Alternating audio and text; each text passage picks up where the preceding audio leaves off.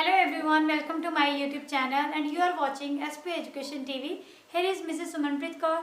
So आज हम बात करने वाले हैं उस क्यू कार्ड के बारे में जिसके बारे में आप लोग काफ़ी देर से रिक्वेस्ट कर रहे थे और आज हम उसका बहुत ही इजी वे में जो उसका आइडिया है वो डिस्क्राइब करेंगे. उसके साथ साथ इडियम्स एंड वोकेबलरी वर्ड भी डिस्कस करेंगे. So अगर आपको भी कोई प्रॉब्लम है किसी भी क्यू कार्ड में आप वो कमेंट बॉक्स में बता सकते हो. उसके रिगार्डिंग मैं जल्दी वीडियो अपलोड करूँगी और इस क्यू कार्ड की वीडियो को आप स्टार्टिंग से एंड तक देखना ताकि आपको भी बहुत सारे new vocabulary word, idioms and इसको एक्सप्लेन करने का एक आइडिया मिल सके, सैम्पल आंसर मिल सके. सो अभी हम स्टार्ट करते हैं. हमारा आज का क्यू कार्ड है describe a difficult decision that you once made.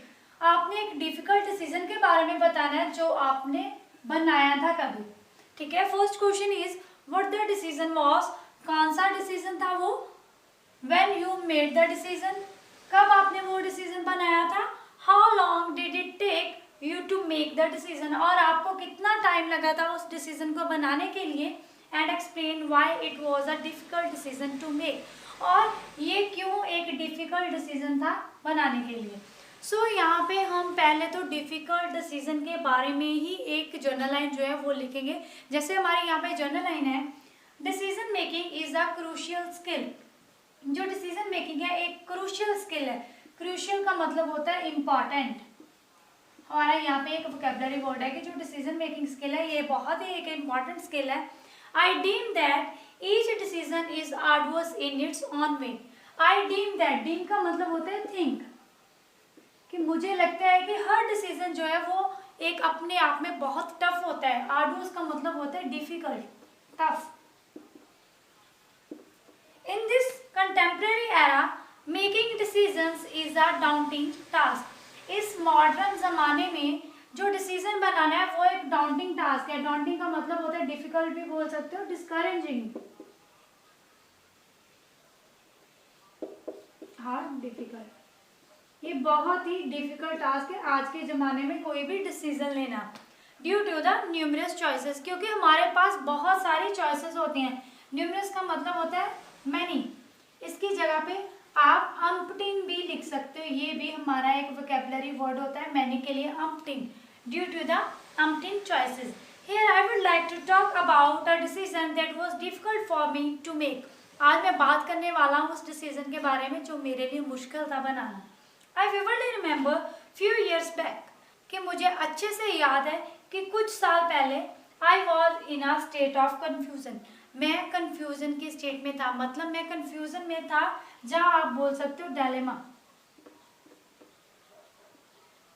Means दुविधा में था. When I had to choose stream of study after passing the 10th standard, जब मुझे एक स्ट्रीम चूज करनी थी. स्ट्रीम की जगह पे आप फील्ड भी लिख सकते हो और डोमेन भी, कि जब मुझे कोई डोमेन जो है वो चूज करना था अपनी 10th स्टैंडर्ड के बाद. उसके नेक्स्ट हम करेंगे since a plethora of things had to be taken into consideration. Plethora of का मतलब होता है मैनी. बहुत सारी चीजें जो थी उस टाइम पे कंसीडरेशन में लाई गई थी. It took almost 3 months to make an informed decision. लगभग 3 months लगे थे एक फाइनल डिसीजन पे आने के लिए. एट दैट टाइम, उस समय पे I was in dilemma because I had too many thoughts coming into my mind. मैं उस समय पे डायलेमा में था. डायलेमा का मतलब होता है दुविधा में था, उलझन में था, दो चीज़ों में कंफ्यूज होना. Because I had too many thoughts coming into my mind, मेरे माइंड में बहुत सारे थॉट्स आ रहे थे. And I did not know what stream would be fruitful for me. मुझे बिल्कुल भी नहीं पता था कि कौन सी स्ट्रीम जो है वो मेरे लिए फ्रूटफुल रहेगी, बेनिफिशियल रहेगी, जहाँ एडवांटेजियस रहेगी. ड्यूरिंग चाइल्डहुड, बचपन में I never had a fixed dream job like others. बचपन में मेरा बाकियों की तरह कोई भी फिक्स्ड ड्रीम नहीं था. I was lost in the fantasy world. मैं एक कल्पना की दुनिया में था. फैंटेसी का मतलब होता है कल्पना, एक कल्पना की दुनिया में था. In the budding years, budding year का मतलब होता है जो अर्लियर ईयर्स होते हैं हमारे एज के. I wanted to be an engineer. मैं एक इंजीनियर बनना चाहता था स्टार्टिंग में. लेटर ऑन, कुछ समय बाद, my interest shifted toward literature. कुछ समय बाद मेरा जो इंटरेस्ट था वो शिफ्ट हो गया था लिटरेचर की तरफ. ड्यूरिंग माई टीनेज, जब मैं टीनेज में था, I wanted to be an actor, मैं उस समय एक्टर बनना चाहता था।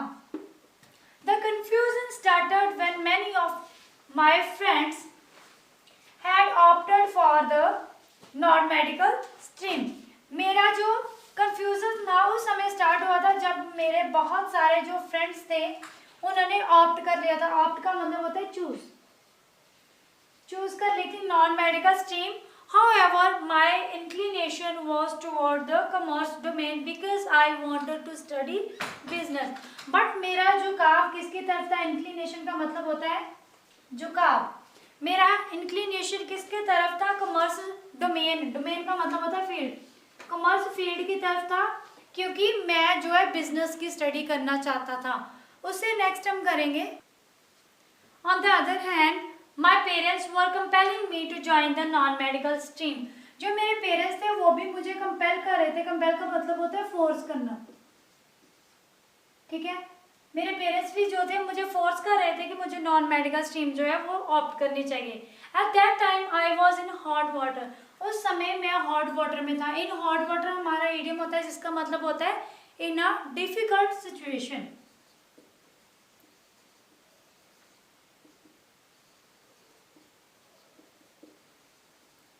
My parents had their own justification because they know about the opportunities in the field of non-medical.